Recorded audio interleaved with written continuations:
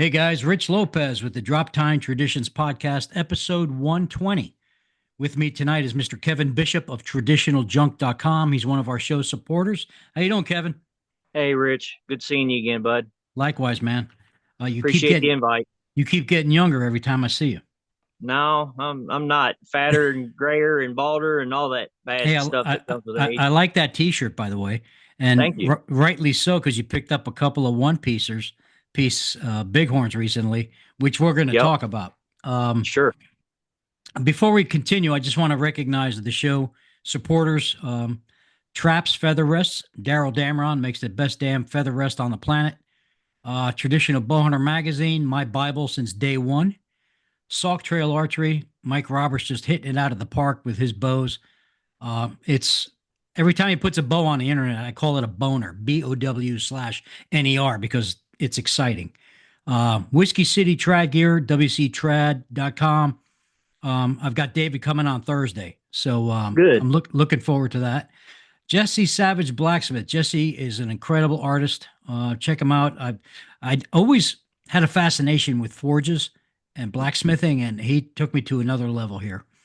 And of course, traditionaljunk.com, Mr. Kevin's Thank you. business there. St. Joe River Boat Company. The Great, folks great there make folks. great folks, make wonderful stuff, and they're just super awesome people. I love them both. Yep. The ethicalpredator.com, Grant Richardson. God bless you. And lastly, my favorite place to hunt now is stickbowhuntsmx.com. So, Kevin, tell, Yes, tell me, you've been a busy man the last couple of weeks. I have. Give me some grace here because I could rattle on for hours tonight. Been a whirlwind. So did Cloverdale and Compton back to back. Um, both busy shoots.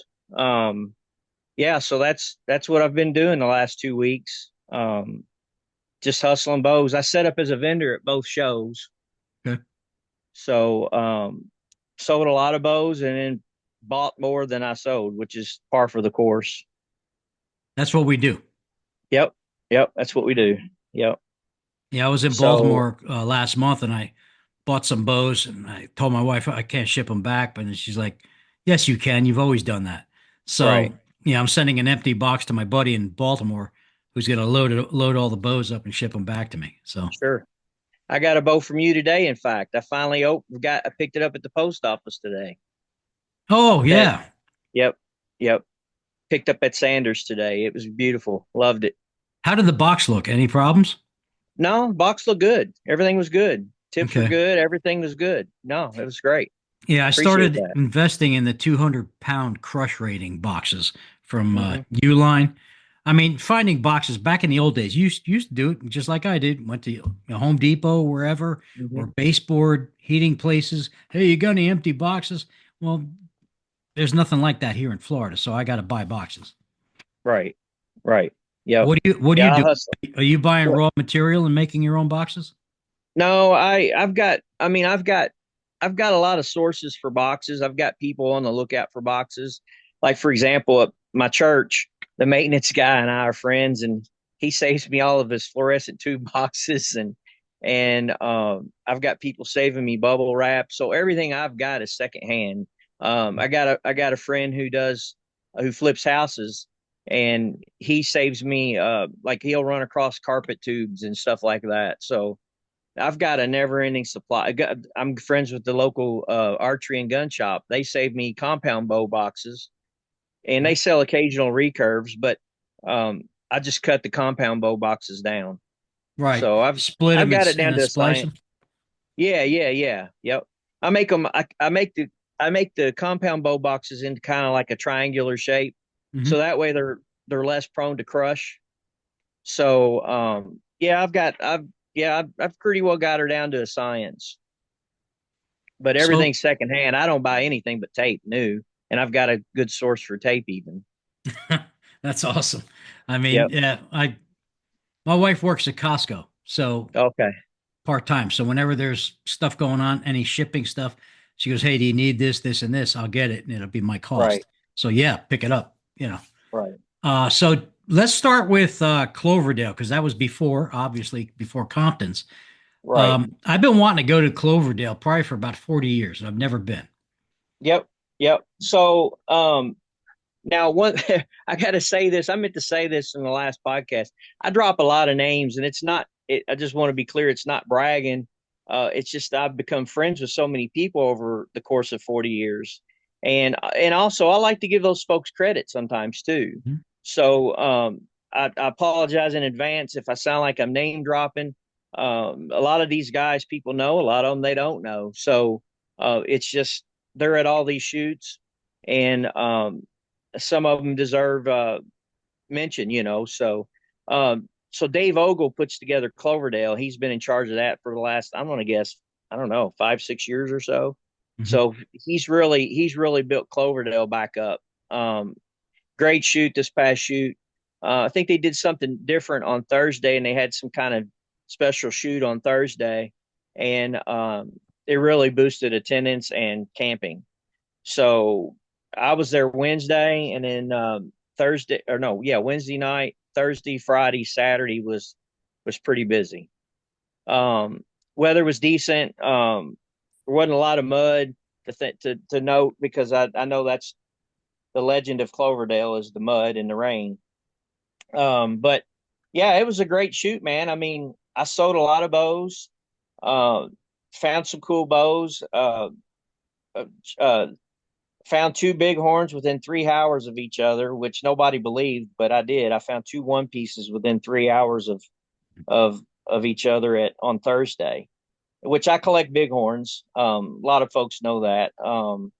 So it's just one of my things, just finding them bighorns, and then usually they're heavy. Those two I found were heavy as well. And then I'll show you one of them if you want, real quick, Oh, just to kind of tease everybody. we got nothing but time. So, see that bow at all? Oh, yeah. Yep. What's the poundage So on that? it's this one's 65 at 29. So the long of the short, I won't mention any names because I don't know that he wants me to, but there's a fella that I used to hang out with at Cloverdale back in the early 90s. And him and I worked for Bighorn King of the Mountain. I worked for King Cavalier for, maybe 2 years, selling bows and wool. So, at the time, I mean, back then you could find bighorns pretty regularly. So, um, so I just started collecting them over the years, and I've picked up some pretty cool bighorns. But there's a fella I used to deal with there, and he still comes to Cloverdale.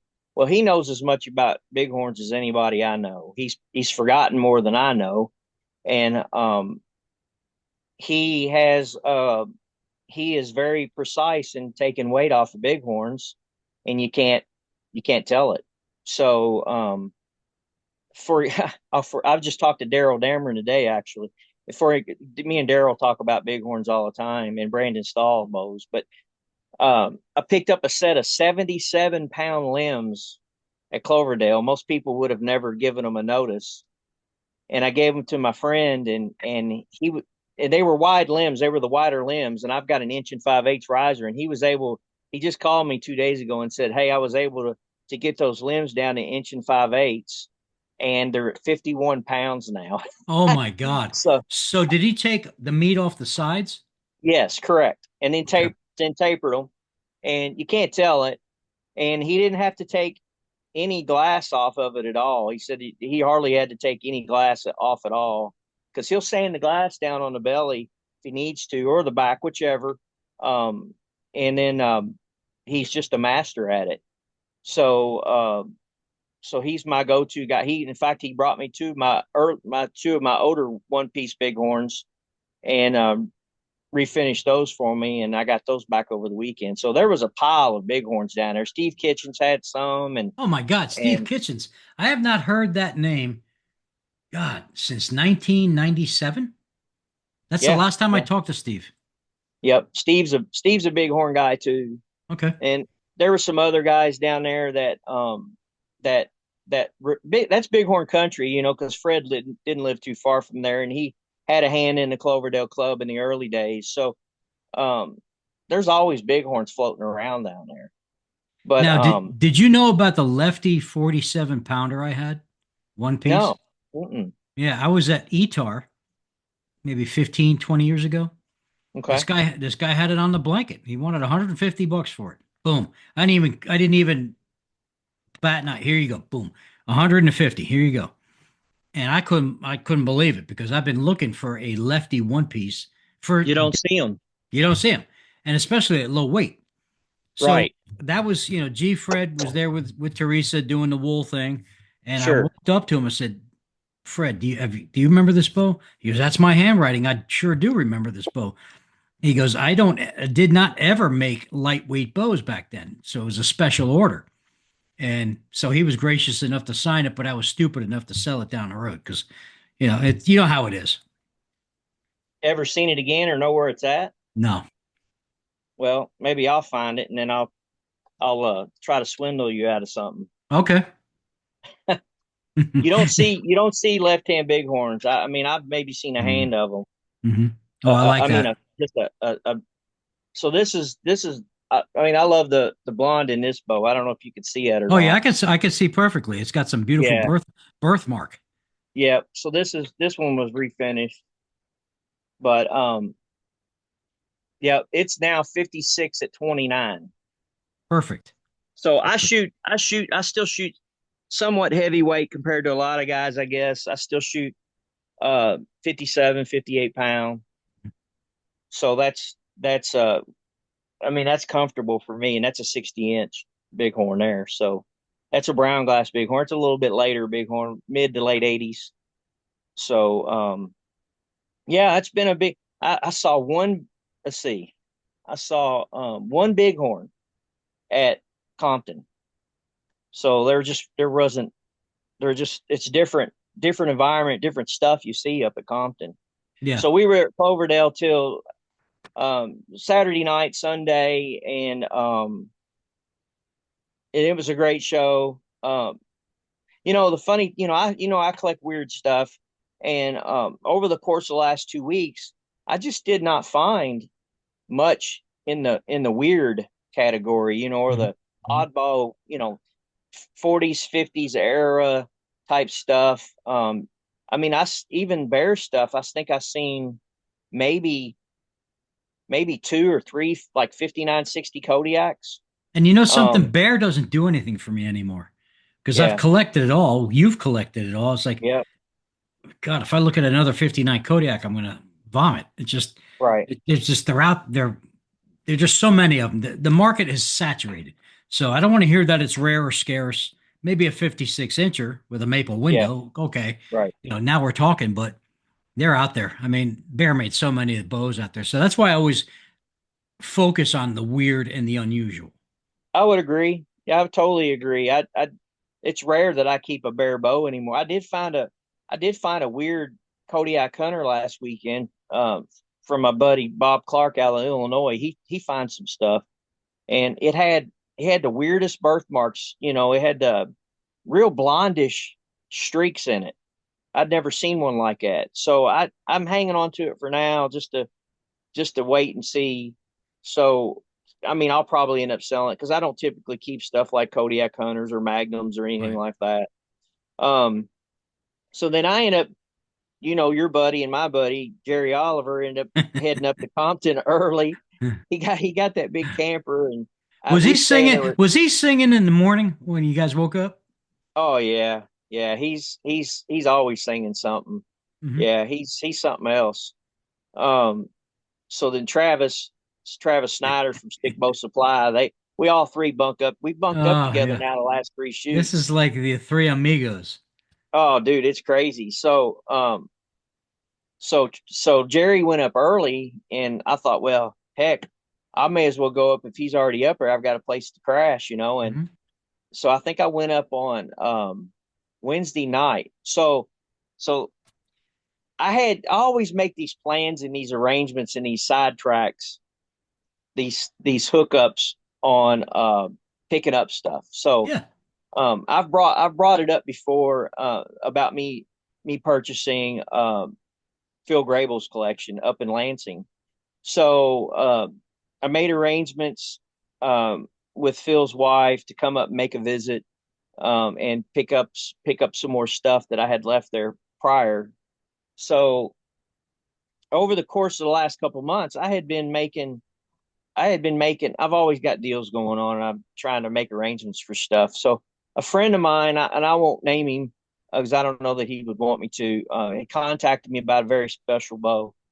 And we finally came to a deal. Well, come to find out, he was literally just 15, 20 minutes away from Phil's house. Hmm. So if I'm rambling, Rich, just jump in and stop me. No, dude, I'd rather you do all the talking. Okay, I can do that. So I said, well, we'll just make a trip up there and swing by and get that one bow, and then we'll stop by Phil's and pick up more. Well, I had a van load anyway because I took 100 bows with me to Compton, and Mm. then all the gear and all of our stuff, and there was not much room in the van. I drive a van, and then I saw the so we ended up, pictures. Yeah. I mean, yeah, that yeah, thing was yeah, loaded. yeah. It was loaded to the gills. It was. I didn't put those elk antlers on top for show. I couldn't get a set of elk antlers in the van. It wasn't going to go. So the wife was already holding pillows and blankets up front with her from Lansing to Berrien Springs. So mission accomplished. I got it all. I got the bow. I got the stuff from Phil, and headed over to Compton. So then I pulled off. I mean, and again, I have to thank my friends for contacting me and entrusting me with this bow. But it's very few people know about it. But I'll go ahead and show it now. I got it out for you. But I've been lucky to find a few of these over the years, probably more than anybody. But Oh yeah, Jerry Pierce, Choctaw. yeah, yep. So So I'm just let me blessed. let me interrupt real quick and explain to some of the younger listeners Sure, that sure. who these people are. Phil Grable was a champion archer back in the '60s, and he shot Golden Eagle and Proline. Am I correct? Well, yeah, he was actually the originator. It's you. I don't want to jump in and interrupt you too much, No, but no, no. 65, 66, he he designed the solid aluminum. He was developing a steel, aluminum, or magnesium riser. He Hmm. went to Ernie Root Hmm. about 65, 66, because Ernie had the technology and the production facility to produce limbs.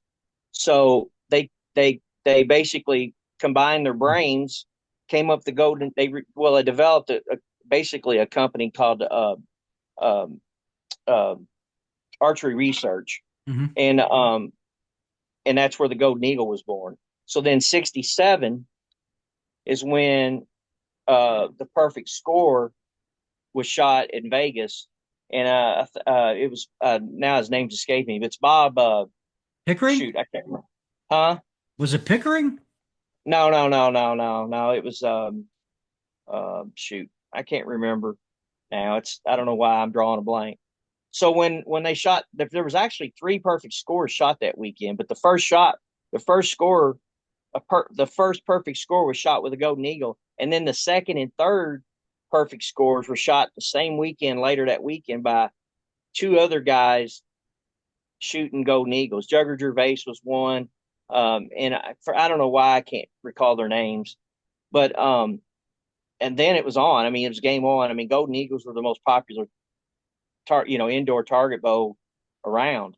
So that's kind of that's just a little bit of hit. I mean, there's a whole lot more detail behind that, but yeah, it was Ernie Root and Phil Grable. So Phil was very innovative, because at the time nobody had a solid metal, or steel, magnesium, aluminum I riser. think back then the shooters were the pro medalists by Hoyt Yep, yep. and the And then Tamerlanes.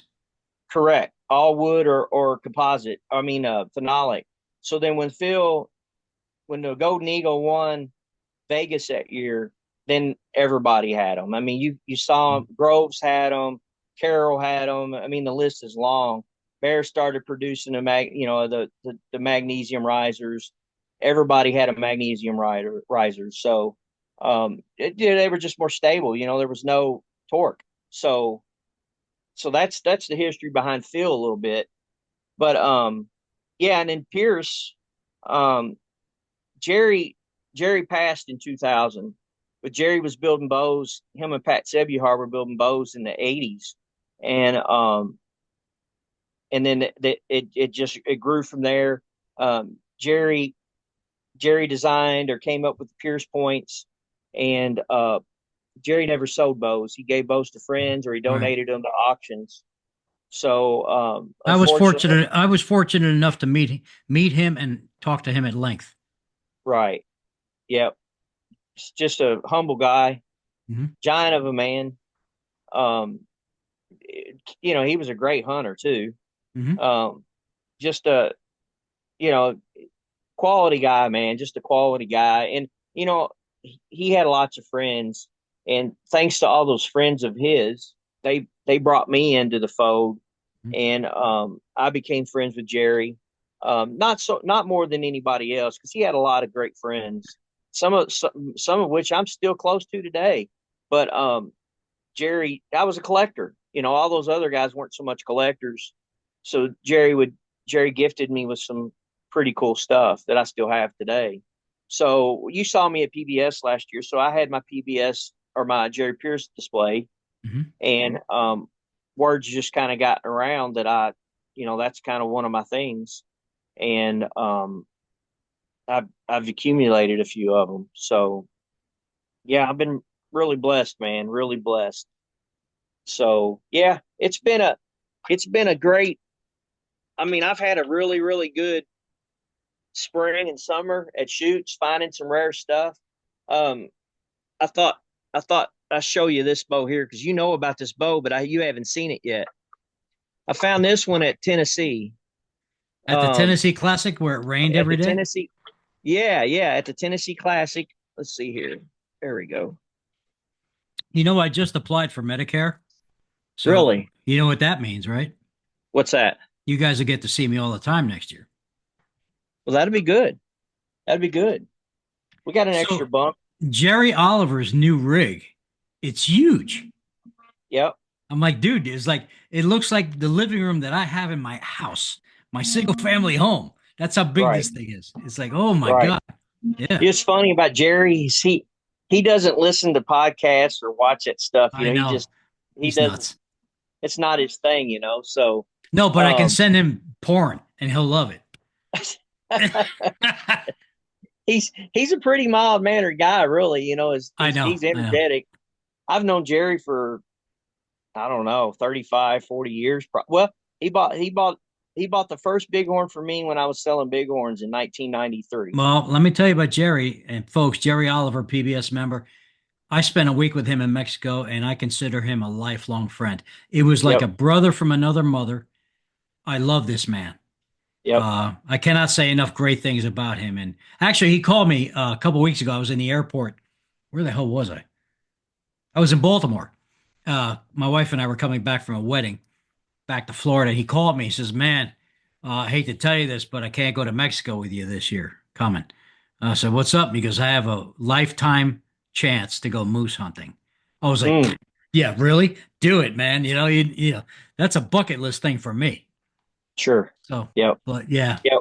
We're what a gonna night. try to put together a winter hunt. I don't know. We're talking about it. We're kicking some stuff around. Okay. But I found this at Tennessee.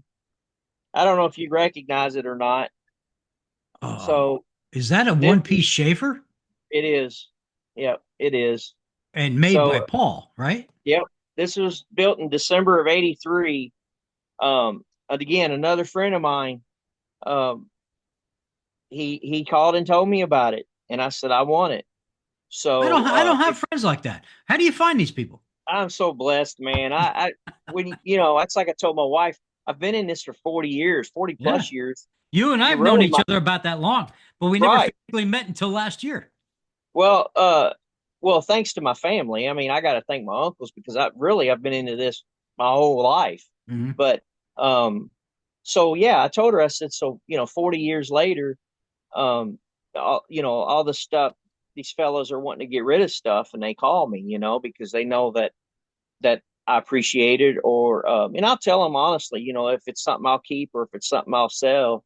Um, but something like a Schaefer, it doesn't, it's unshot. It doesn't come along every day. No. So it was funny. I found it there, and I was showing a couple of my friends down there. Um, and then one of them called. Well, it was Eric from Great Northern. He called out to Schaefer.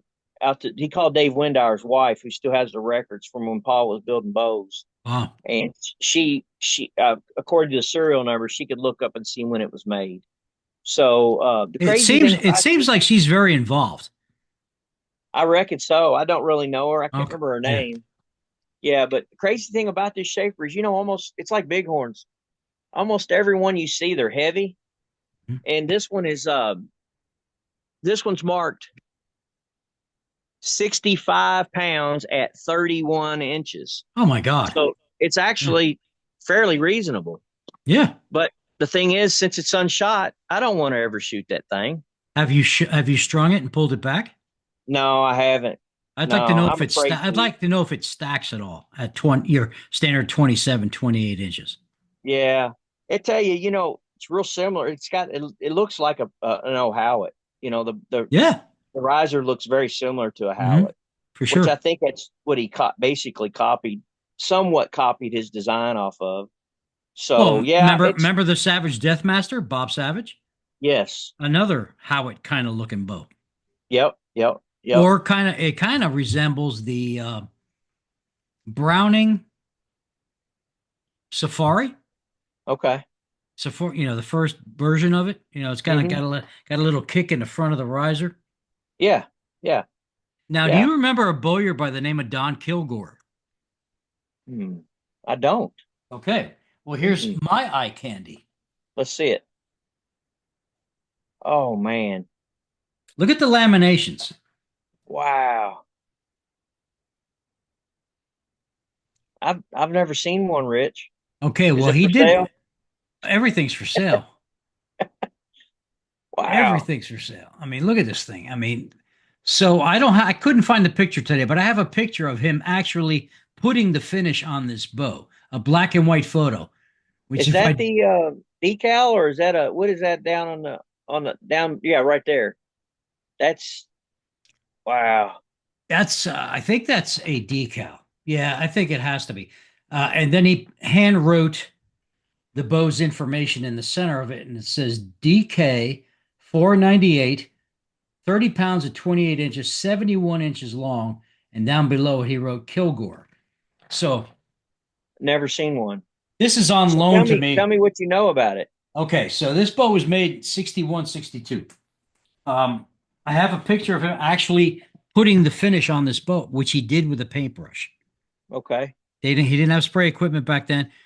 He hailed from Ellicott City, Maryland, which was 20 minutes from my house when I lived there. Okay, that's probably why I've never heard of him then. Uh, he never advertised, but he was well known for making quality bows, built one at a time. And he was known for having crazy amounts of laminations in the riser. This one, I think I counted 50 of them, 50 to 51.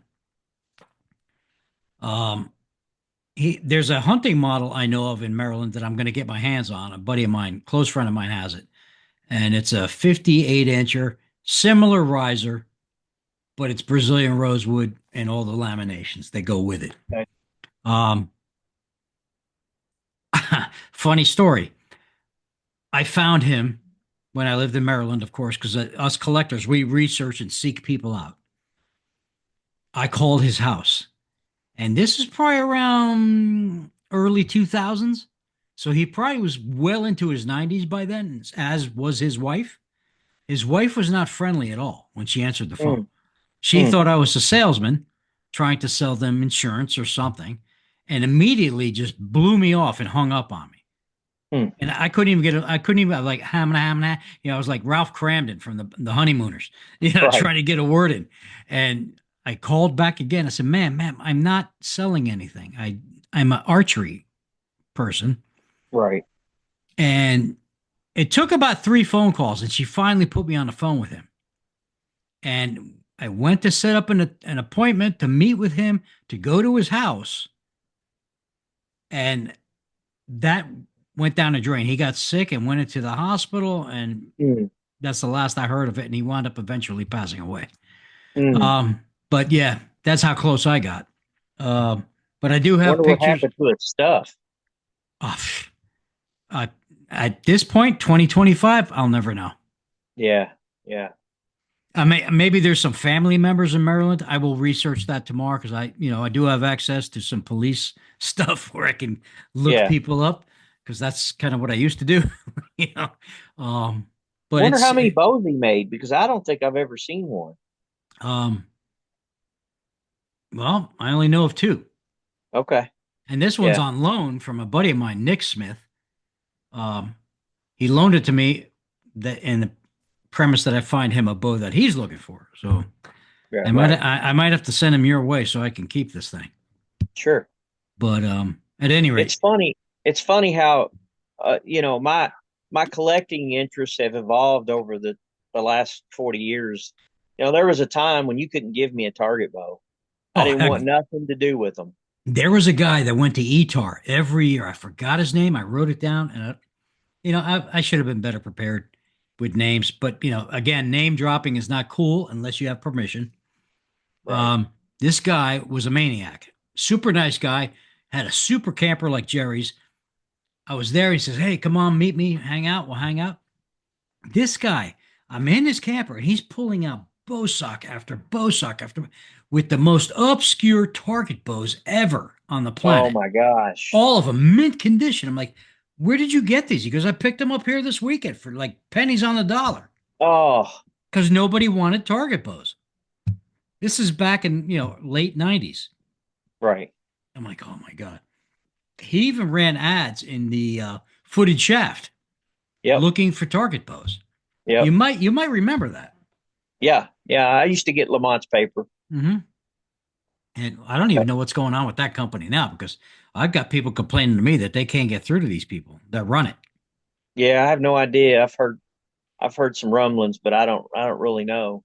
Yeah, so this guy But was pulling out stuff. I mean, I'm a huge collector of Norm Richards target bows, right. California, and I have one that's going to go off. It's on sale right now at the Everything Traditional I've been auction. watching it. Yeah. Yeah, nobody's bid on it because nobody knows what the hell it is. I know Um, what it is. It's just that I bought that one from you and then I went through way too much money in the last couple weeks. oh yeah, well, same here. Yeah. I So know. it's funny. My wife is actually she's out of town. Well, she's not out of town. She's in Orlando. It's about an hour away. Um, so she's spending 2 days with our granddaughter. So she informed me how much money we have left in the bank if I decide to go nuts tonight. Got it. So all right, Well, don't worry some of about it. these bows are for sale. Yeah, Now, okay. now all these bows I just showed you and I'm going to show you, they're not for sale, but I've got plenty here for sale. So, um, what do Well, you, so what, go ahead. go. No, you go ahead. You're gonna. What are you looking for now? I mean, I knew what you were bows? gonna say that. I knew you were gonna say that. Yeah. I'm looking for anything Lefty Damon Howitt, from the Okay. '60s, all the Rosewood stuff. Um, Holes, I don't care because I can fix stuff. Um, uh, well, I I've got a finally found. 60 Howitt Hunter here I just picked up. It's a lefty. Hmm, well, we could Yep. talk about that later. Um, I just picked up my first, and I was born in 1960. So 1960 Kodiaks to me are my bow. Right. 59s and 60s. That's why, drop time 59, blah, blah, blah. I was conceived at 59. I was born in 60. Mhm. So 1960 is a magical year for me. I found a left handed 45-pound 1960 Kodiak in Baltimore. Don't see them. That's as rare as hen's teeth. You still have it? It's going to be shipped to me next week. Oh, okay. Oh, Okay. yeah, because I'm going to refinish it completely and then probably hold on to it for a while. Okay. That's a Um, dandy though. yeah, it's a nice bow and it's clean. It shoots. It's everything I'm looking for. The only Sure. problem, it's 64 inches. I'm not a fan of a 64-inch bow, Right. but Right. anybody that shoots a 64-inch bow will tell you it's smooth draw. So Right. it's a shooter. So Yep. for Yep. 3D and pomp and circumstance, that's what you want. I know somebody that's got a whole pile of left hand 60s, 59 and 60s. Who's that? Kurt Feller. He's got Oh a God, pile of them. Kurt Feller. I haven't talked to Kurt in God 30, 40 years. Yep. Yep. He's my partner in crime. Okay, Yeah. He was Kurt's a in good some of those guy. pictures. Yeah. He was in some of those pictures I sent you. Okay. I'll have to look at it again. I saw a couple Yeah. old people, so he must have been one of them. Yeah, he is. He's older now. Yeah. Yeah. He needs to Well, retire so we can go around to these shoots together and hang out.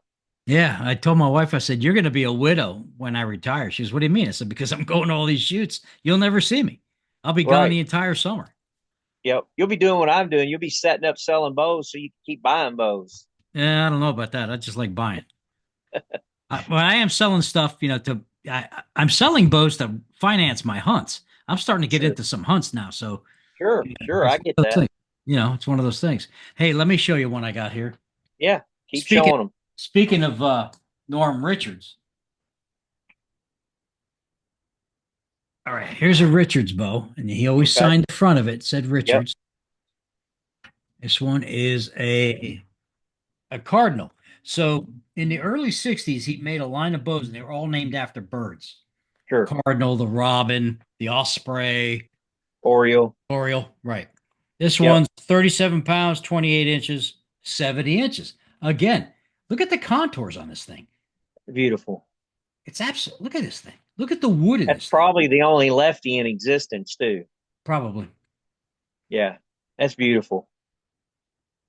Unreal. Man, look at that. I love that thumb rest. Oh yeah. Remember Fedora? Ah, yeah. Yeah. Mike Fedora That's was unreal. notorious for that. Yeah. And this thing Yep. fits me like a glove. Oh my God. You know. Wow. That's a beauty. Did you refinish that? No, it's all original. Oh man, what a This is beauty.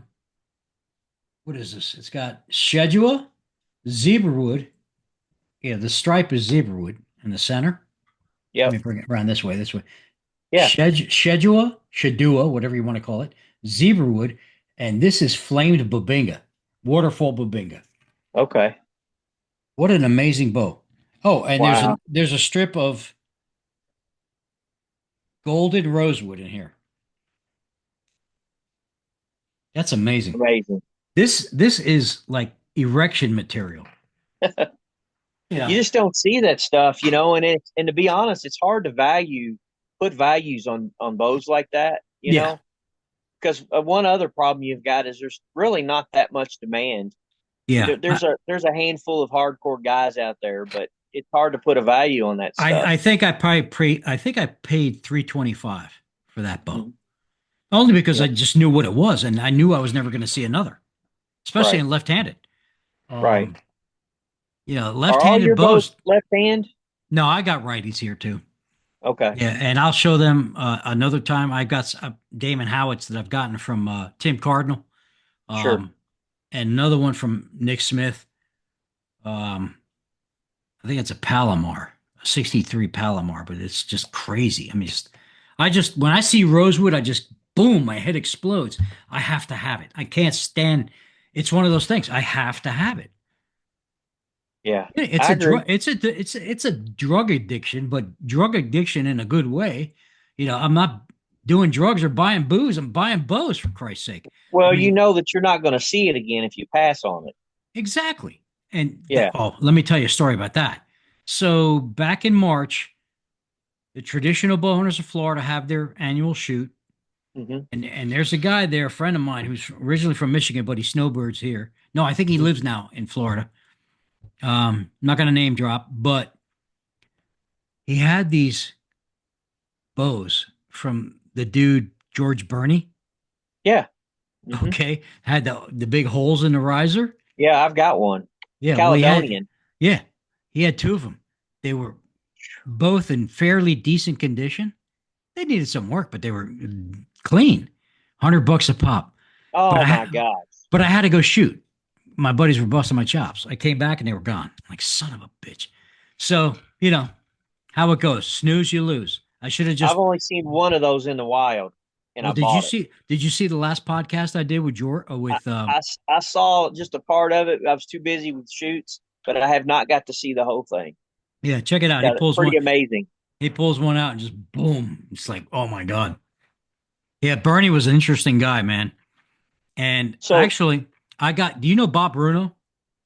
no, He's a big collector up north. Um, who? Bob Bruno. No, I don't know him.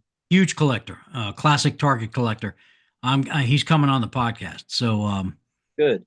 yeah, we're gonna since I started doing this YouTube stuff, this is retarded. Why didn't I do this 2 years ago Right. You with mean the Zoom? video part? Yeah, the video part because I Oh can yeah. now we can show stuff. Right. Right.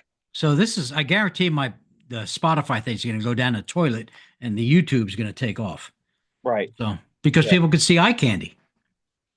Dude, I, I could, I don't want your people, your listeners to get tired of seeing me, but golly, I could do days and weeks of so many different bows in here. But that's fine. I Yeah. you're one of my closest friends when it comes to the bow collecting thing, and Thank you. we've You known each too. other for 40 years. And Right. you looking over my shoulder here, you can see all that back there. That's just not even a nick in the side of a toilet bowl. You know what I'm saying? Right. Right. I got my grandkids spare bedrooms behind that closed door. They're loaded with bows. So my Yep. grandkids come over here just to look at them, and they're like, Right. "What? Why are those bows in our room?" I say, "Because I Yep. said so. You know, because I Yep. own this. I own it." Well, And, hopefully they'll want them, they'll still well, want no, those. that nope, nope. I've talked to all my grandkids and my kids. Nobody wants any of my bows. Hmm. All they want, my daughter wants. Let me see if I could take this camera off real quick Sure. and point around. Deer heads, She wants the deer heads. all that, Well, good. all that. Usually that's some of the hardest things to get rid of is the Right. taxiderm. I did not want to send that to the American Legion, if you know what I'm saying. Yeah, I know what you mean. Yeah, Yeah. so that's what she wants, and that's what she's gonna get. So Good. that's fine. And Good. my guns, I got a ton of guns. The kids are more into guns. So the bow stuff, my wife knows it. I've got a huge library over here to the right. I mean, Sure.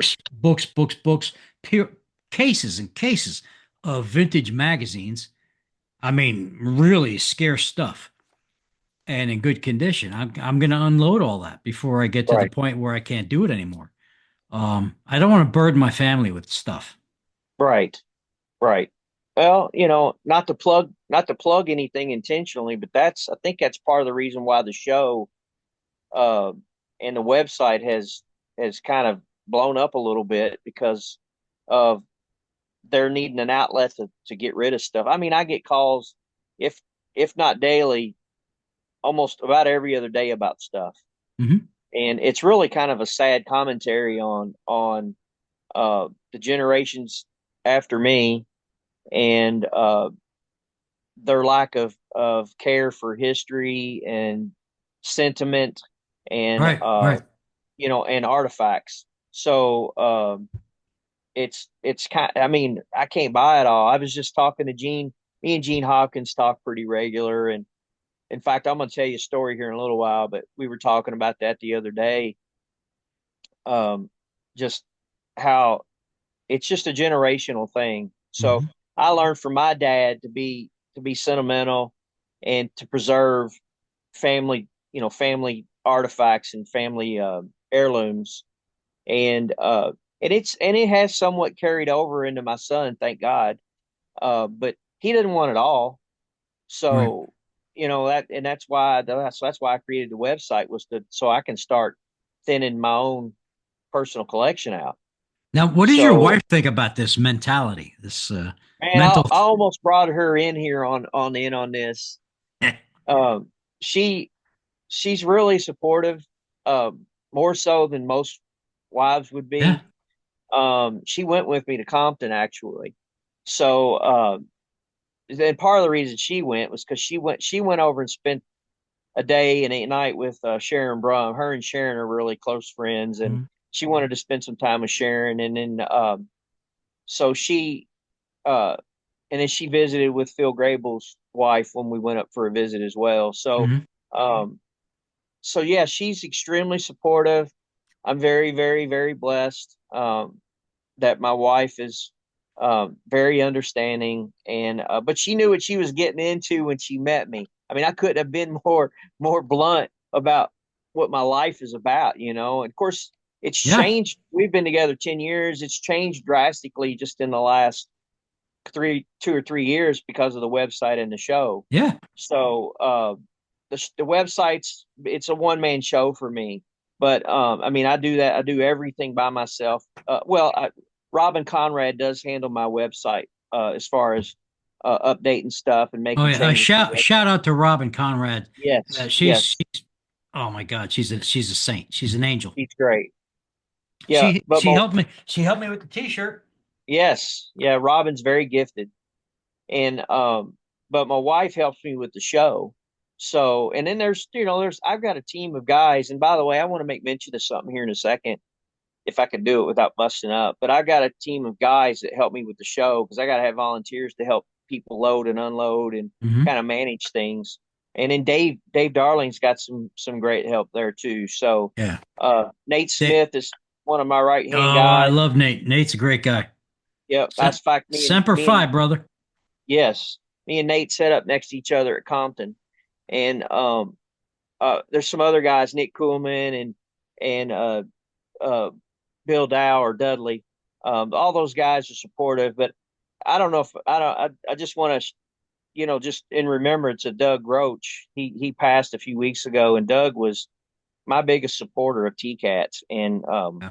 we lost him sadly too early at 59 just a few weeks ago. Mm. So Doug was just a man, one of the funniest guys I've ever known, and authentic. He was just truly an authentic guy. So, but a giant in the collecting world. Everybody knew Doug as far as bear archery was Mhm. concerned, and man, it was tough. I ain't gonna lie, it was tough with the news, and then him not being there over the weekend.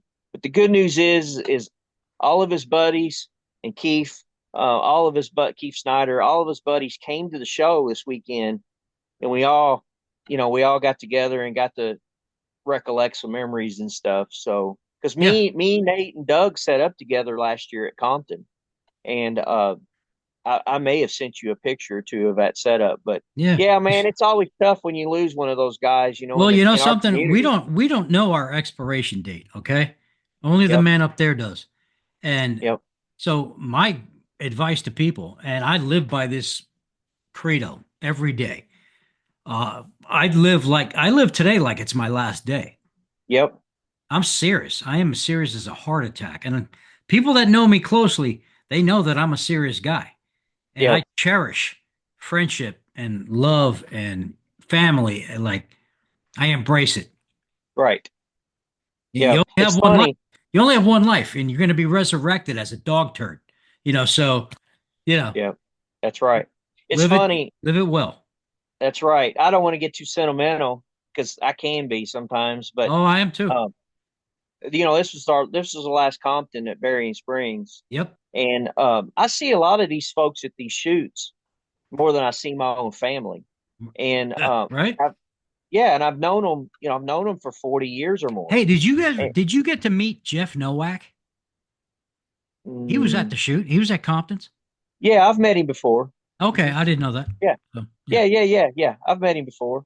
I want to meet Yeah, him. I love the guy. I didn't see him. I didn't see him at this shoot, or so dude, I was between my booth and Mhm. hustling, running down bows. I Oh mean, I yeah. was like a dog on a. I mean, I was like a walker on a coon. I mean, I was in. It's like Kurt said. I've got 3 days, 36 hours basically to hustle up as many bows as I Yeah. can, and I'm running around the campsite and all the campers and the booths and everything trying to hustle up bows. So And let me ask you a question. I go to the I shoot. miss Okay. guys, is what I'm saying. Yeah. I go and hang out with you guys. I find some. Hmm. Would you be able to ship them to me? Yeah. Don't worry about that. Yeah. Okay. Cool. Yeah. That's no problem. Yeah. We'll work all that out.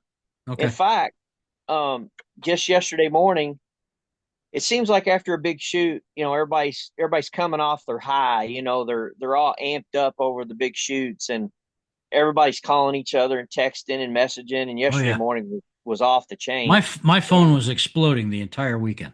yes, yes. So Jerry says, "Hey," because I've never been to Etar. Oh God. So, well, I've told you why. Because there's no knowing how I am. I'd have to take $10,000 in my pocket. Yeah. Yeah. I've done that. So Yeah, yeah. And I'd go through it in 2 days. But I said, Jerry says, well, he goes, I'm thinking about going up there. And he goes, if you want to go, you can stay in my camper. So then I start calling a few guys. Like I called Tom Weaver and Kevin Clam and some of them local guys up there. And I Oh said, yeah. hey, dude, because they're all my friends, I said, thinking about coming up. And they're all preparing me, they're all telling me what I need to do. And I wish I could it's too late for me to be a vendor. I wish I could set up because if I'm selling bows, man, then I could keep buying bows. You know what I mean? Yeah, So, you got to go with a pocket full of cash, buy what you want, and yeah, move on. That's what I've always done. I haven't gone in years only because demographics and things have changed in my life. sure, But sure. I mean, I started going there in the '90s, early '90s, and I would Yeah, every year I would go with about 7 to 8 grand yeah. cash in my Yeah. pocket, and I would come home with 30 to 40 bows. I think I could pull it off this year after I had 2 good weekends. I think I could pull it off. It helps that Jerry's going to be up there, and I've got a place to stay. I may Mhm. have to drive separate. Um, so It's not a hateful drive. well, it's 10 hours for me, man. I understand that, but I mean the Yeah. countryside is beautiful, so Oh yeah. that kind of offsets the misery of the time.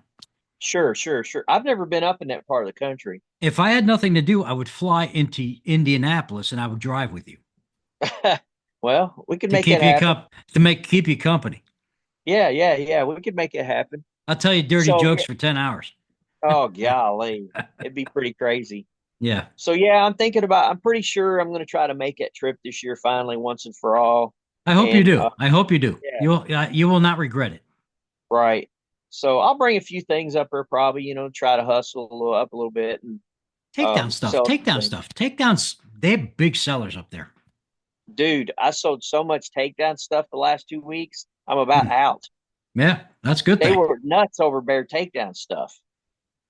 I literally sold like Yeah. 5 risers and Well, 10 sets of limbs. Etar is the bear capital of the shoots. Okay. That's what people are looking for. Bear, Okay. bear, bear. Uh, don't put eBay prices on your stuff because it's not going to sell. Okay. The people are wise to what's Yep. going on with the internet, Yep. social media. Now, so that $1,200 59 Kodak no longer exists. Right. 650, Right. 750, depending on condition, which is fair. 650 for a 59 Kodiak. Hmm. See, that's high around here. Really? Okay. Yeah. Yeah. So Oh, they're around here, like up at T Cats or something. They're a $500 bow, all day long. thereabout. Well, Yeah. I'd kick it up if it was what I was looking for. Yeah. 500 Yeah. bucks to me is nothing on a bow. Shit. Right. I spent 1,000 bucks. I spent 1,200 bucks. Mike Pyatt from Rosewood Shop. I bought Mike's in one of those pictures I sent you. Him and Kurt's good friends. I bought an H101 from him. Yeah. It was walnut, which is rarely rare, with Right. white glass, Yeah. mint He's all condition. lefty. Yeah, and it was a lefty. I Yeah. paid 1,200 bucks for that bow. It's a That hard was bow to 20 find. years 20 years ago. Phew, man. And I Man, oh sold man. and I saw I broke out even selling it. So I did okay. But Mike had all them left hand widows up at oh the expo. It was man, all laid out on the consignment rack, dude. You would have puked. I It know. was it was insane. Well, what's funny, Kevin? I'm a right-handed guy, Hmm. but I only shoot lefty because I had shoulder problems, right-handed, because I shot heavy bows forever. My first Right. heavy bow was a 67-pound bighorn, which ruined Hmm. me because I went from a 67-pound compound to a 60. Nobody taught me that, hey, dude, you need to go to like 45 pounds. Yeah, Had I known that, I never would have had target panic. I never would have had physical issues. I Uh, see. but whatever. But I still buy right-handed bows because I still like to shoot right-handed Sure. if they're lightweight. I don't have shoulder Or problems anymore. I've healed up. sure. Or if they're rare. I've got Oh, lefties yeah. in my collection and I'm not left-handed, but if I've never seen it before, I'm snapping it up. Yep. Yep. Yeah. I still get what's the word I'm looking for? I still get excited. Like my blood pressure boils when I see a bow that, oh, I know what that is. I hope nobody else does, Hmm. you know? Because Hmm. I'm every day when I wake up in the morning, I get my coffee, I come into my office, which is here, and I scour the internet for bows for an hour, and then I go to work, which is 2 inches to my left. Sure. Uh, yeah. And even while Yeah. I'm working, I'm watching bow videos on YouTube while I'm working. So I'm getting Right. paid. I hope my boss is actually a subscriber. Sure. So yeah, Shiloh, Yep. I do work. My numbers show Yeah. that. So Right. it is what it is. It's an illness, is what it Sure. is. I know. I know. I've never shook it. Here we So, are, Fred Bear bowstring wax. yep. This has to be from probably 1960. Yep. You know, Early 60s. weird Yep. stuff. Herders Yep. game call. Love it. I used this to pick my wife up once. I just went to the bar. I saw her and I went, you Yep. know, I'm sure she likes that joke. oh yeah, she thinks I'm an idiot actually. Right. Right. Um, So I got to tell you, I haven't told you. Well, I think I've told you. Well, maybe I haven't, but I'm gonna say right after the expo, T-Cats. mhm. Um, I'm old friends with Brandon Stahl, Oh, he's a great and guy. Yeah, I love him. yeah, I mean, to me, he's one of the top bowyers in the world, Oh yeah. and Oh yeah. Without a doubt. yeah, so I've known him since he was a child. I knew his folks. Still, well, I haven't seen his folks in many years, unfortunately. But Brandon and I have always maintained contact with each other. And there was a time when Brandon had offered for me to take a bow when he had Rose Oak, when he was selling the like the Wildcat and all those bows, the Pierce Point bows and all that.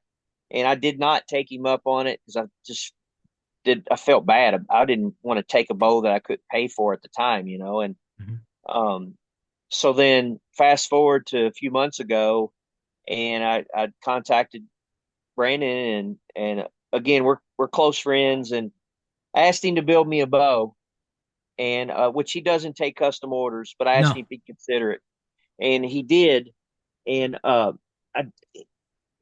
I mean I'm kind of surprised how quick he put it together, but I wanted to show this to you, this oh, bow. oh Yeah, wow. yeah, he made this. So It's talk to me about the woods. that the thing is, Rich. I don't know if you could see that or not. How's the Yeah, light yeah. look? Yeah, it's good. Is that the rainbow for the rainforest wood? Man, I took a screenshot of the That is wood because I can't awesome. remember, and I'm going to tell you why I can't remember here in a minute. But because he sent me a paper with it. Can you see the clear Oh my glass God. on it? Yeah, yeah, yeah, yeah, yeah. Oh my God, that's So beautiful. I can't remember the woods because um I screenshot it, and they're not real common woods, like cocobolo or All right. sedua or babinga or any of that stuff. And I can't, while I'm doing this video, I can't pull up the woods. I can't pull it up on my phone, or I don't know if it's screwed up if I downsize this or minimize this or not. But I'll send you the the wood combos. Yeah, So beautiful. he made me a bow, and I've been hesitant to show anybody because I was afraid Brandon would be inundated with orders. But he told me, well, just Well, tell him a did you friend. did you know I was a rep for him back when he was doing Yes, the I wild? remember that. Yeah. So now that he's doing what he does, people ask me, how can I get one? I said, well, you can reach out to him, but he's not going to take an order. Yep, yep, Plain and simple. So you just have to follow him on Instagram. And when he makes a bow, he puts it up there. It never lasts more than an hour. yep. So I've heard people say that it's a bighorn copy, and although it does resemble a bighorn, It's his version. it it's a very different. There's a lot of if you know I bighorns and I think Brandon's bow. frankly, between you and I Yeah. think it's a better shooting bow. Oh yeah, for sure, no doubt. Especially if you had fast flight, because you couldn't shoot fast flight on a bighorn. But No. um, so it's just. I mean, I've explained this to people before. Even Fred copied bows to when he created the bighorn design. So I Well, mean, he it was he liked the copied off. Super Kodiak. That was Yep, his thing. yep, yep. So so Yeah, so Brandon, so I was real blessed. Brandon built me a bow, and it's a one of a kind. I remember him sending me an email. I told him I was looking for about 50 pounds, and he sends me an email with pictures of the bow before he shot finish on it. He says, it came in a little light, man, at 48 pounds. If you don't want it, I'll make you another one. Boom, And I I'm said, on it. are you crazy? I said, I don't want nobody else wanting that bow. Right. So so I've had that bow for a month or so now, and man, is it a dream. Oh, So yeah. so then Have Have you seen any of my bows that he made for me? yes, I think I have, but you're welcome Yeah. to show them again. Well, So give me a second. yeah, yeah, go ahead.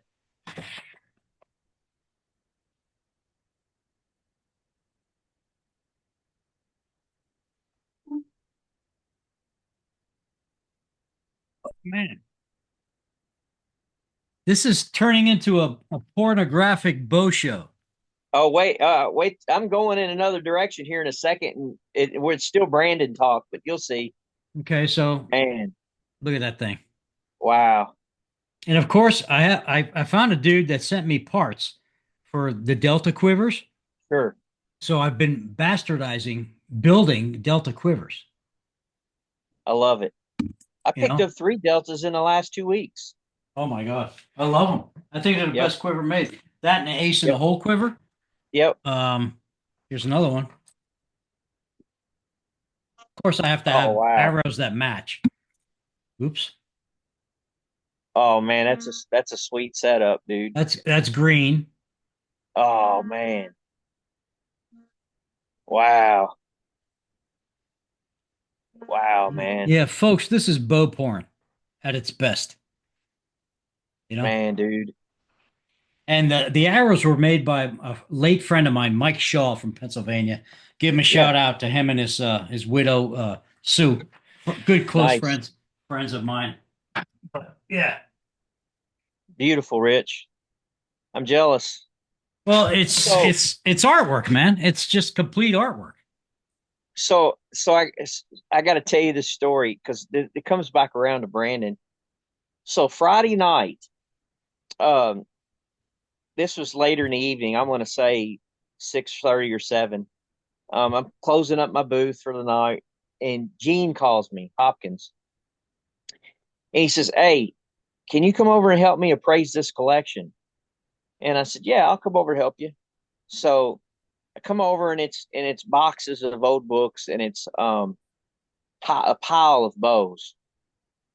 So Gene's doing the writing and the recording and creating the inventory list, and it's a private collector, and then I'm all the bows are wrapped or in socks. Okay. They're wrapped in bubble wrap. So we're going through. So I'm pulling all the bows out, and I go through the first, I don't know, 15, 20 bows, pretty much common stuff, nothing earth shattering at all. And then I open up another one, and I probably got ghost white. And I said, Gene, I said, close Holy. your eyes. I said, close your eyes. I said, I'm going to put this in your lap. He was sitting down. I was standing up. And I lay it in his lap. And you're not going to believe this, dude. It was this whole story I'm getting ready to tell you occurred in about a 15, 20-minute span. And Okay. it was epic. It was epic. So I lay it in his lap, and he opens his eyes, and it's a freaking baleen back St. Charles U Wood longbow. Oh God. Holy Grail. Could not signed. Couldn't believe it. He couldn't believe it. This is So, pre Thunderbird. oh yeah, yeah. This is say 42, 43 ish, something Yeah, like yeah, that. yeah, You yeah. know, 40s. yeah, Baleen backed. How yeah. what was the condition of it? It was pretty nice. It was pretty nice. I would grade it like a 6 or 7 out of 10. It'd been used. The baleen wasn't. There was only one little moth hole. Those things were notorious for being chewed up by moths. So So it didn't have. let me explain something for the non-understanders. Yeah. Baleen is part of a whale. It's Hmm. part of their mouth system and Filtration system. Yep. filtration system, and that is what was used to back this bow, Hmm. which It was looks like common in the Pacific Northwest. correct. It looks like plastic or fiberglass Right, almost, but right. Yep. The Eskimos used it. They made combs and hairpins and all kinds of tools out of it. But now you can't hardly get it. I mean, there's Nah. what I guess I don't know if embargo is the right word, but the only way you can get it is if it's tourist items or gifts kind of thing, Hmm. and the Eskimos are selling it. Yeah, you can't get Uh, nothing anymore. I mean, it's just no, crazy. no, I mean, John no. Strunk was the last person that I knew of the modern bowyers that even used it to Right. back Yeah. his bows. And John's another one on my radar. Uh, Yeah. he made some incredible stuff. He would be great to have. Yeah. Yep. So I've got a 10-foot piece of baleen I found Mm. in an antique store. I couldn't believe it. It's still got the strings hanging off of it, from where it was cut raw out of the whale. You want a bow made So out of it? I don't know what I'm going to do with it. All right. Well, I'd love. I'm going to retire soon, so yeah. I know Uh, it's big enough for a couple bows. yeah. Well, So back to that story. So I lay that bow in Gene's lap, and then we go on to the next bow, and I'm unwrapping the very next bow. it's getting better and better. Yeah. So the very next bow, I tell him the same thing. I says, "You're not gonna believe this," and I Christ. pull it out, and it's like an early '80s. Oh, I didn't. A lot of people don't even know this, but Glenn made a production recurve in the early '80s, and Damon Howitt actually produced it for him, called a Ridge Runner, Yes, I knew about that. and they only made like 50 of them. So Super rare. yeah, yeah, yeah. So we pulled one of those out, and well, at the moment there, Gene and I didn't really know, much detail about it because I'd never seen one. I don't know if Gene had ever seen one either. And Gene goes, "Hey, let's call Joe up, Joe St. Charles." And I've known Joe since I was a kid, We and all he have. knew me. Yep. Hmm. And so Gene calls him up, puts him on speaker, and we're telling. And Joe's with family, but we don't want to keep him long. But we talked to him for a couple minutes, and Gene asked him about the bow, and he explains it about the bow, and I'm reading off the serial numbers to Gene, and Joe goes, "Who's that in the background?" He goes, "Is that traditional junk guy?" And we cracked up laughing and had a good laugh and had a good visit. So we so we got that information, put it back. We got through all the bows and all the books and everything. Pretty neat stuff. And we're right there next to the tent where they're holding the Compton auction. Yeah. Yeah, the Friday night auction. So, I mean, we're right there. And Did you see any of my artwork there? man, I hate to say this, Rich, because you'll understand in a minute, but I was busy helping Gene out, and I did not get to see any of the raffle or the auction And items or oh wow. nothing. Sorry. I'm sorry. I hate to tell you that. No, no, it's But all good. so while we were sitting there and we're putting everything up, we were done. We were just shooting a breeze, a few of us guys standing around, and I hear, they're on the microphone under the tent, and I hear Brandon Stahl, and I thought they're selling that bow he donated to Compton. Yeah, it was nice. So I ran over. Maybe 20 yards, 25 yards. I didn't have a bidder number or nothing, but I knew most of the people there. And I pull up there, I run up there real quick to see what it's selling for. And stupid me, I got lost in the excitement of it all, and I end up buying the thing. Good for you. So Look so at that. yeah, That's definitely zebra wood. no, I don't think it's zebra. No, I or can't hold on. Chechen. Chechen. I got the paper right here. It is yeah, it's Chechen and Indian rosewood and Okay. macaque ebony accent stripe My God, that thing is absolutely beautiful. with I mean, creamy Etimo limb veneers and bamboo cores. oh my God. Yep. Look at that thing. So Mm. And I'm a one piece guy. So that thing is gorgeous. I hunt with a takedown only because I travel, but yeah, that is my thing. That bow gives me a boner. yep. Bowner.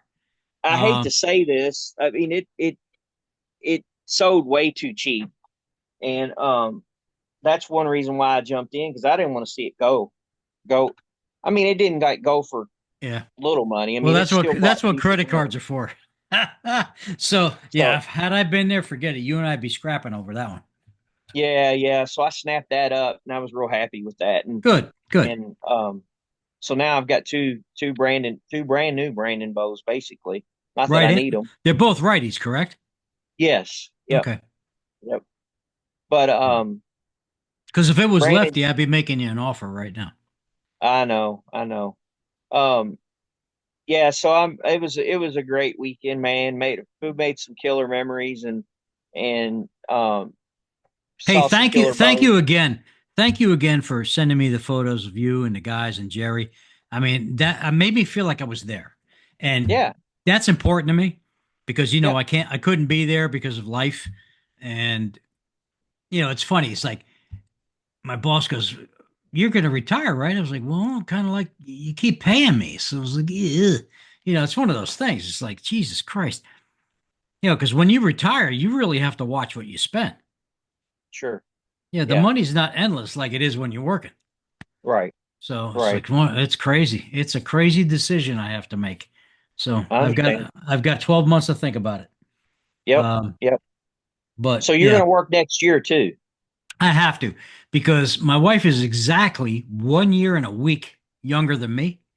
So I'm going to be 65 in August. She's going to be 64. So I keep her on my insurance so she doesn't have to pay into insurance. She retired from the same company I work for, and which will remain nameless. Um, so when I'm 66, then she will be 65. Then we can both get Medicare. I see. Even though I enrolled in it, I deferred it until the day that I retire and I can make the phone call. Hey, I am now officially retired. Then it'll Right. kick in. And then I'll Sure. get the secondary insurance, I see. which pays for prescriptions and I think dental, which for me, I'm losing teeth at a rapid rate. So I'll be completely denture full within probably 10 years. But I see. see, Yeah. Looks good, man. yeah, buddy. Looks good. So Half how of much, so is all your vacation time spoken for hunts next year or Well, what? yeah, this year is completely exhausted into 2026, but I get PTO, which is I accumulate 3 days every other pay period. I look today and everything's pretty much maxed out for the year. I got Mexico coming up the end of February of 2026. I might have to give up my gun season in New York State this year. I don't know yet. I have to see how the numbers shake out. I'm trying not to take any vacation at all between now and October. Hopefully, I'll accumulate extra days. So we'll Okay. see. We'll see. I mean, I'm even using my legacy PTO, which was grandfather's shit in because I've gone nuts this year. We went to Vegas and we went to Mexico. We're doing all these trips. It's like so we're big travelers, and Sure. I told her, it's like, I can't work and do this. If we're going to travel, I need to retire and we can just travel. So Mhm. it is what it is. I So mean, are you she going to likes, ESAR? no, definitely Okay. not. Not this year. I might not even go to Baltimore next year because my buddy Rain Man, Jim Rains, him and his wife are going on a cruise and he's usually my go-to guy to hang out with when I go there. I don't know yet. Everything is one of those last minute decision things. You know, Yeah. it is what it Yep. is. But Yep. Yep. it's We didn't get crazy. we What didn't was get that? drawn for elk this year. We're gonna have to change up our our game for trying to get drawn for something. So I don't know what we're gonna do. Yeah, I I know don't know if Jerry Oliver he's going moose and elk. So yeah, his bank account's going to be drained quickly. yeah, yeah. I can't afford them big money hunts like he goes on. I can't either. Yeah, It's weird because I mean, I never started really digging into going outside my comfort zone for hunts until I got 60. It was weird. I just now all of a sudden want to do this before I die. But I'm still in good physical condition. I can still do 50 push-ups. I mean, I can still do 100 sit-ups. I mean, it is what it is. It's just I'm right. physically able to do things, and I want to stay that way. I mean, Sure. there's guys in the PBS that are pushing 85 and they're still in Right. good shape Sure. because they don't want to. Dude, I don't want to take the dirt nap any sooner than I need to. Right. Right. Yep. So, Yep. but I I will understand. be at PBS next year. I hope to see you there. Oh, I'll be there in spades, man. I'll probably have my Pierce display again Okay. and pushing the website. Yeah, I'll be doing the same thing again. Yeah, my wife's excited. I already told her we're going. We're flying into Indy, and they got a shuttle to the hotel, so we don't have to do anything except put the dog in a kennel. Man, everything's going on in Indiana next year. You Oh, know buddy. Compton's moving, Yeah, I and know, and it's it's in Indiana, which is great for me because I looked into it already. The new facility is only 40-minute drive from the airport, yep, yep. so I'm going to be there. I hope so. Yeah, I hope so. Yeah, I'm it's going to going to grow be my crazy. mustache out about this long. I look like Yeah, that'd be cool. Salvador Dali Yeah, with a you'll butt. enjoy that in this 90-degree heat, Yeah. 95-degree Oh, heat. dude, it's freaking Africa hot here. I was in the Yep, spray booth today, and I come out of spray booth. My wife looks at me. She goes, "You look like a drowned rat." I said, "Yeah." I said, "Because I don't like. I used to run a fan in the spray booth, but yep, sometimes the fan would pick up outside particles right, and throw it on my shit." And I'm like, "No, no, no, yep, we can't have that anymore." So right, I'm getting to a point now where I can get away with probably another 3 weeks of spraying. But July and August, no way I'm spraying anything because the humidity plays games on my clear coat where sure, if it's too heavy on certain areas, it looks like milk, like dried milk, like yeah, white. I was like, no, no, we're not having that because I don't like redoing my work. Oh no, okay, that's not happening. So yeah. So, do you have your own spray booth, or what oh do you yeah, spray it in? I've got an actual spray booth in my backyard that you could put a Mini Cooper in. Okay, And it's got heat lamps, the whole 9 yards. It's full blown. And I spray with the door open. And what I do is there's a lot of weeds in and around it. So I just drop all the lacquer thinner around there, kills everything. And my neighbor's like, "Hey, you spraying today?" Because he can hear my compressor, and he loves what I do, and he cuts my grass. So he comes over, watches me, and does this stuff. He's into all that stuff. He's a very creative dude, as am I. And he just bought himself a whole full lathe system for his garage. So he's making these bowls, and he's like, yep, what can I do to seal them?" I'm like, "Well, if you're gonna make bowls for people to eat, you cannot spray them with a solvent-based clear coat. You have to right. use something that is, he did not Food know safe, that. food Yeah, grade. yeah, he did not know that. So yeah, so we work, So, we feed off each other. you have a problem with your bows drying in this humidity? Oh hell no. That's the thing. They dry too fast. So what I do is in these hot months, you know, February, January, March, I mean, fantastic, perfect weather, 70 degrees, 50% humidity. It's the ultimate time to spray. Okay. Right now, it's 95 to 100 degrees and 70 to 90% humidity. So when I mix my clear coat, which is crystal, it's a conversion varnish. So I'll mix up 10 ounces of product with 1 ounce of catalyst. Or like today, I'm spraying 15 bows this week. So I'm mixing up, 20 and 2 ounces. And I do not put any lacquer thinner because when you put lacquer thinner in it, it makes it dry quicker I see. and it lays out better without the lacquer thinner. So I just changed the tip, put a little more larger tip on my gun, which is Yeah, a fender gun. It's just for spot spraying. yep, So I'm like 8 to 9 millimeter tip, and I spray. And I don't go crazy. I let it go on and just walk away for an hour. Go in right. the house, work on something else. Come back out an hour later, spray the second coat Sure. and the third coat. And I'm at 3 coats already today. They're in the booth. I shut the door. The heat will do the rest. Okay. Yeah. And it's kind of a double-edged sword. You just have to learn to work around Mother Nature. Right. If I see a rainstorm coming in, I don't do nothing. I walk away Right. because all that creates is Vietnam hot. We I don't need see. that. We don't need that. Right. So it took me a couple of years to figure shit out here, but now yeah, I can honestly say that guys that are waiting on bows. I'm working on the stuff now. I'm getting it out since 2023, because my wife got sick and she's fantastic now. So I'm playing catch up. I guarantee when I retire, I will have a clean slate and I will turn your bow out in a couple of weeks. Let me ask you something because I can be kind of controversial Well, about that's this fine. topic. Dude, talk. Do you ever turn anybody away for a refinished job as Uh, far as, hey, I would not refinish this bow. I would not touch this bow. all the time. All the time. Okay. And I'll explain why.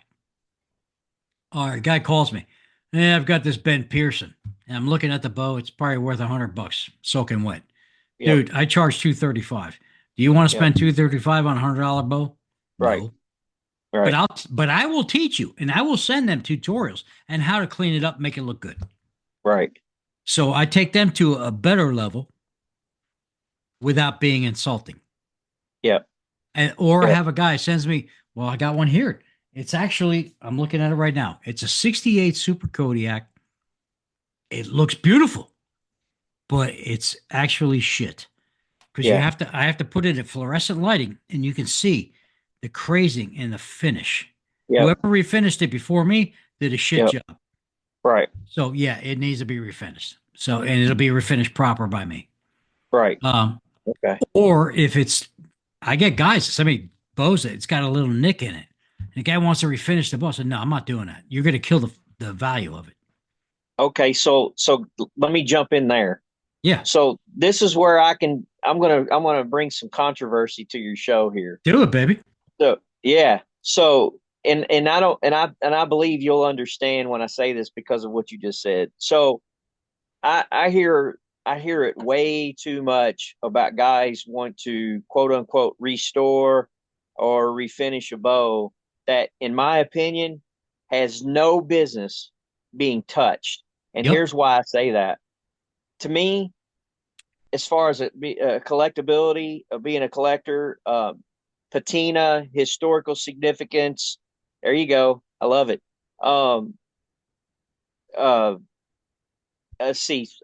There's a whole litany of reasons why Right. the rarity. I agree. I feel like I'd rather have a bow that's a 5 out of a 10 than a bow that has been completely stripped and refinished with non-original finish and Right. non-original decals, non-original writing. Leave that thing alone. Don't Right. touch it. Now, if it's I'm working on a 59 Kodiak right now, which got yeah, paper phenolic tips. The guy wanted yep, me to replace the tips. I'm like, no, I can save the yep, tips.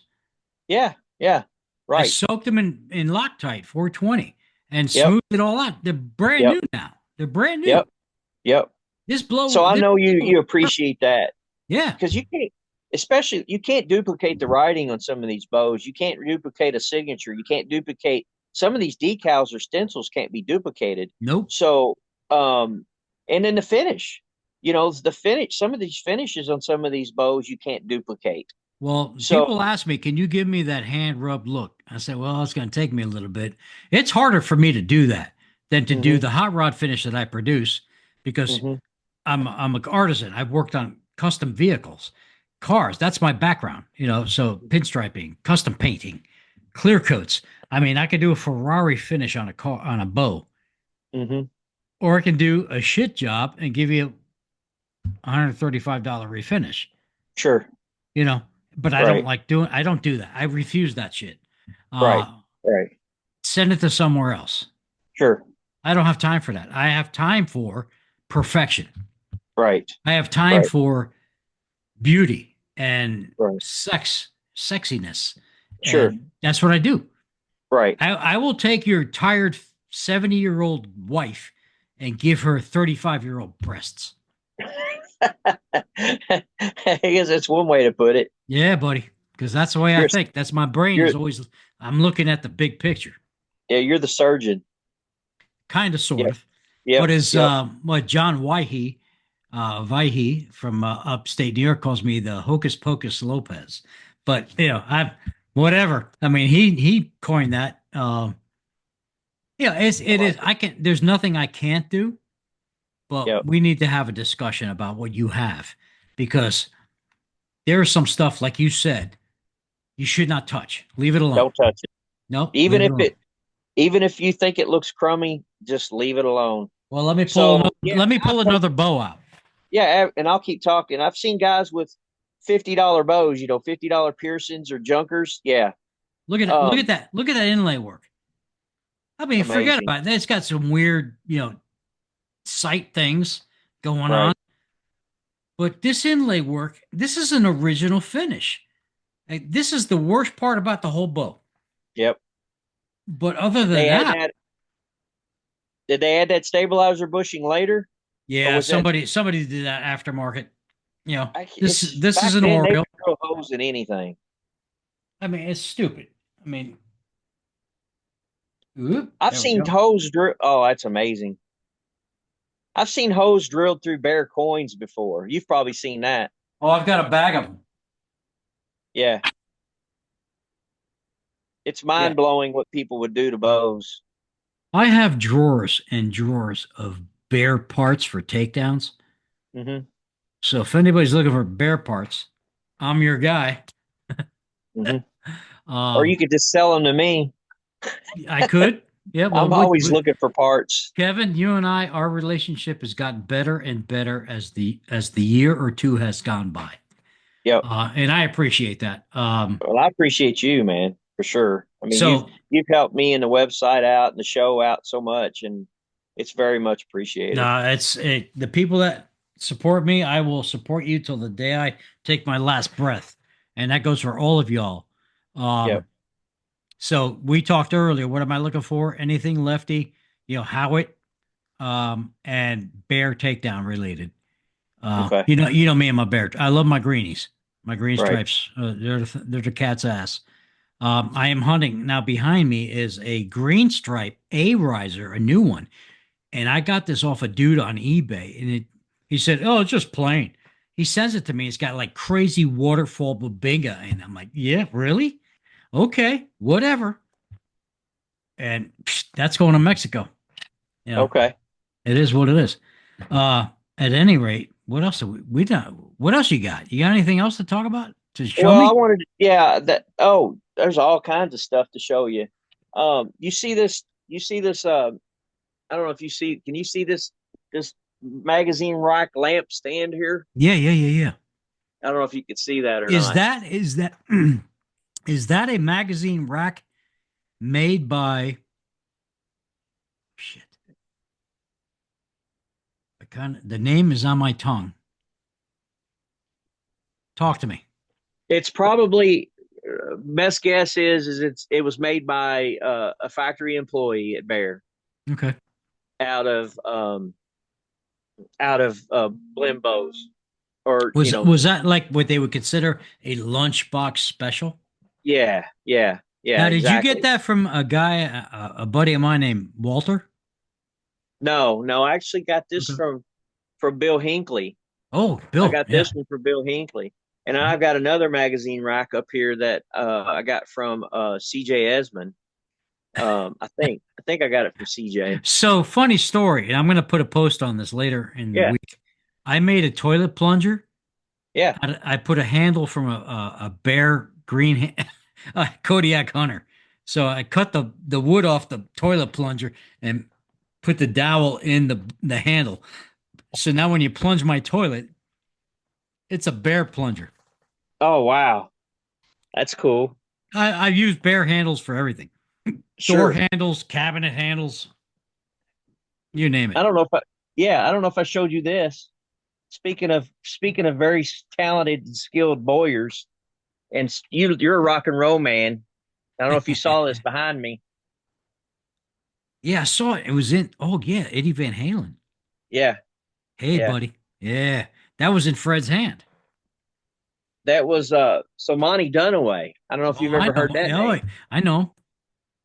Monty Monty customized this riser for me. He's you talking about he cut out of the same cloth as Brandon.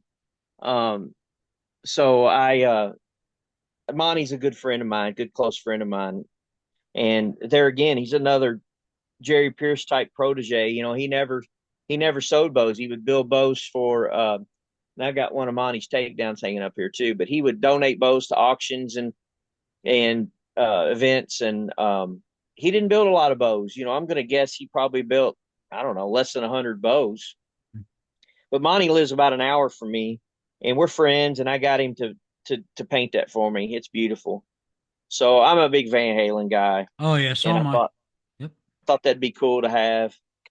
Um, I'm thinking but of doing these podcasts where I whip out my Les Paul and start just cranking some stuff.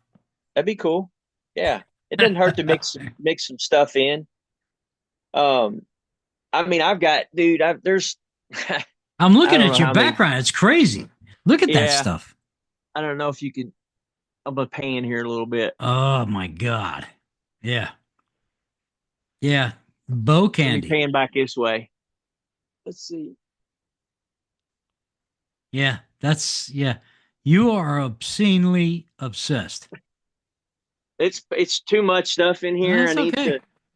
So I need to. my hunting partner John understands the sickness, but I think he's now going to realize it because he's going to watch this and he's going to say, "Oh my God, these people are insane. They need to be institutionalized." Well, here lately though. Fortunately, I've been selling more than I've been buying. Well, it Um, doesn't look it. well, I say that. Let's put it this way. I've been selling more than I've been keeping. Okay. So, but my tastes have changed. Like we were talking earlier, I used to not care about target bows at all. And Oh, man, I I so love them. regret I love some them. of the bows I got rid of when I was younger. Hmm. And I've since found a few of them actually, because I remember like I had an Ann Clark. You remember Ann Clark? Weber. She used Yeah. to, yeah. Well, no, Ann Weber Hoyt was different than Ann Oh, Clark. different. Ann Okay. Okay. Clark, Right. yeah, Ann Clark shot for Pearson, and I had a. It's kind of a rare bow, a Pearson Centurion target bow, Oh, kind of weird looking, which ugly was bow. made by Bernie. Oh, not Bernie. Yeah, George Bernie. Yeah, That's yeah, his and design. you could see the influence. Hmm. So I had one of those signed, and I sold that bow, and I regretted it. Well, it turned up here the last couple years, and I got it Mm. back. But they're the bows I've sold over the years. I so regret, and my taste, like I said, have changed, and now I love target bows. Yeah, dude. Because I remember I switched to lefty. So now shooting righty, I have 69, 70-inch target bows, which are a pleasure to shoot right-handed. When I come back, Hmm. it's so easy. It's just so nice, smooth.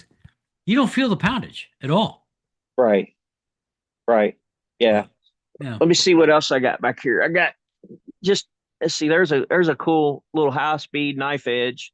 There's a staghorn. These are just bows I got hanging here. There's a factory camo dog leg. I got some early wings.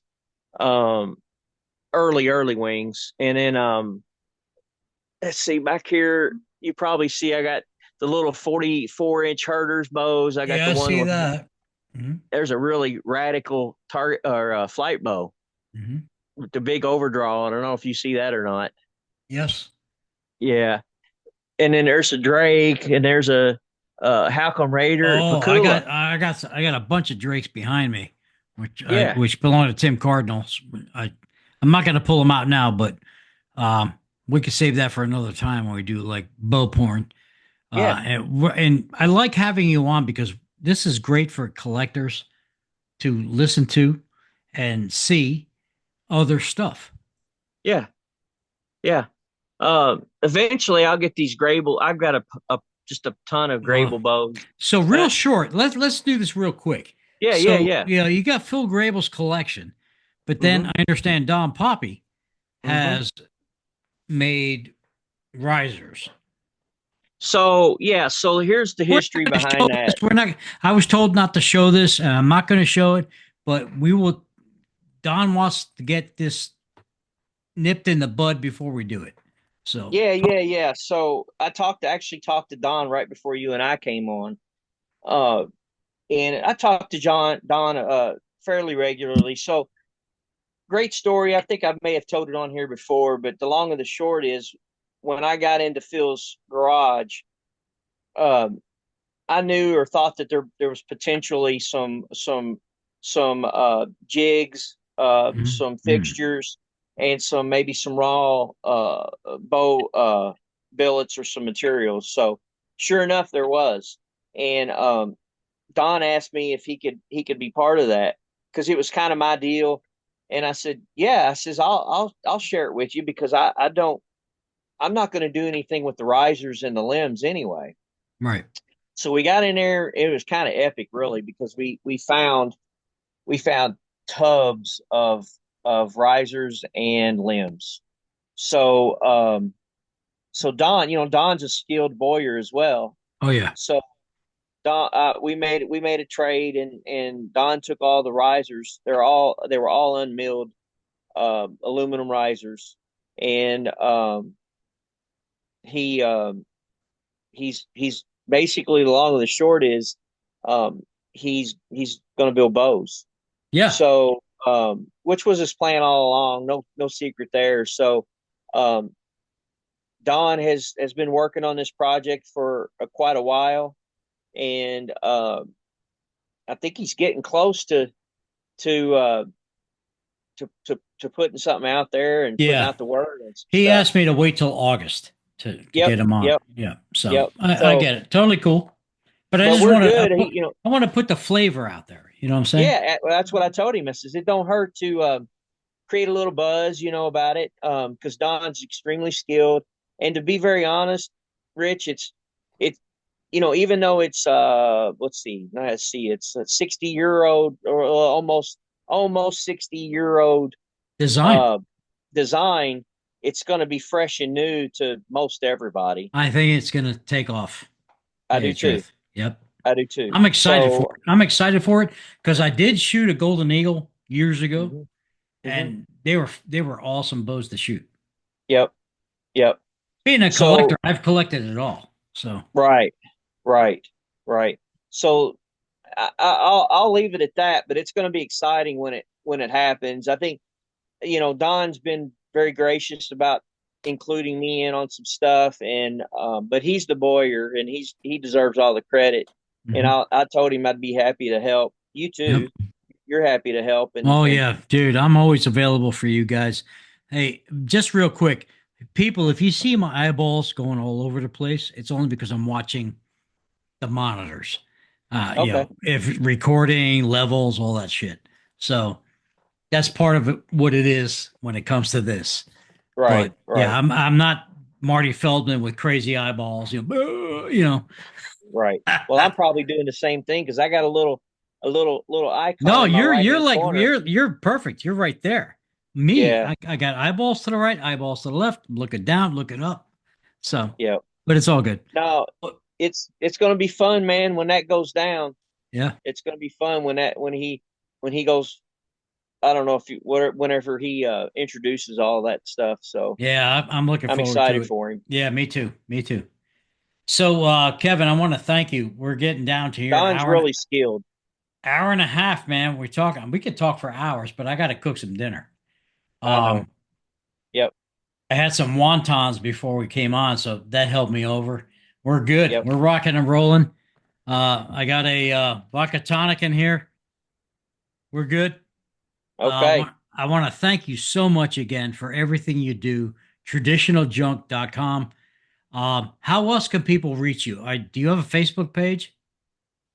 I do. You can reach me at my personal page, Kevin Bishop, or you can go to traditionaljunk.com Facebook page, as well as the TCATS Traditional and Classic Archery Trade Show, Mhm. or you can go straight to the website and email me or contact me through that. Guys, call me too. I mean, I'm fine with that, or text me. You can email me at I'm fixing to at protonmail.com. That's IMFIXIN number two at protonmail.com. Uh, Are you I comfortable think, with giving out your cell phone number? yeah, I'm good with that. 502-641-2710. Just don't call me too late. But I get it's great, man. I've met so Yeah, many great yeah, people. people. He's an old fart like me, so we're in bed by 9:30. Pretty much, pretty much. Yeah, and then we're up at 5 a.m. Well, that's what Um, we do. Got to take a piss. right. So just so many cool people, made so many new friends through the website. Arwen Depew and Chad Emler, all these guys I've met, Rick Rourke. I mean, I've met a ton of Oh, guys Rick just in the Rourke, I got to last, get him on. He seems like a fun guy. yeah, I've met just a ton of guys, and I've become friends with these guys over the last year. And I've never knew these guys, and they're kind of, I don't know if you'd say they're kind of new to it, but they're on fire, man. And those are the guys we need to carry this on. And it's been a pleasure meeting all these new folks with Well, these I plan on with the keeping website. I plan on keeping the torch and the fire lit for decades. I'm going to live to Yep. 100. So you I guys are hope. stuck. You guys are stuck with me. I hope so, brother. Me All right. too. All right, Yep. brother. So listen, before we close out here, if you guys want to reach me out or find it, I'm going to put this on YouTube. So YouTube channels, the traditional Drop Time Traditions podcast. Um, I'm on Facebook, Rich Lopez / Drop Time Traditions. I can be found. Just Google me, Rich Lopez Archery. You'll find anything and everything you need to know. Like Kevin said, you can find him traditionaljunk.com. He's one Yep. of our sponsors. I love this guy. I support him 110%. He's got great stuff. So if you're looking for bows, beginner, collector, whatever, go there. Um, Thank now, you, Rich. as far as people are concerned, do me a favor, folks. This world is a mess right now. Take care of each other, love each other, respect each other. Mental health is a big problem. Um, if you see something, say something. Take people Hmm. under your wing and do whatever you can to help them get to where they need to be. Yep. But with that being said, Kevin, I want to thank you again. I'm going to end this video, and I Thank will. you. It'll be published within an hour. Okay. Thank All you. right. All right. Hey, regards to the wife. Yep. God bless you, brother. Take care. You too, brother. See All you. right. Bye bye. Much love. Bye bye.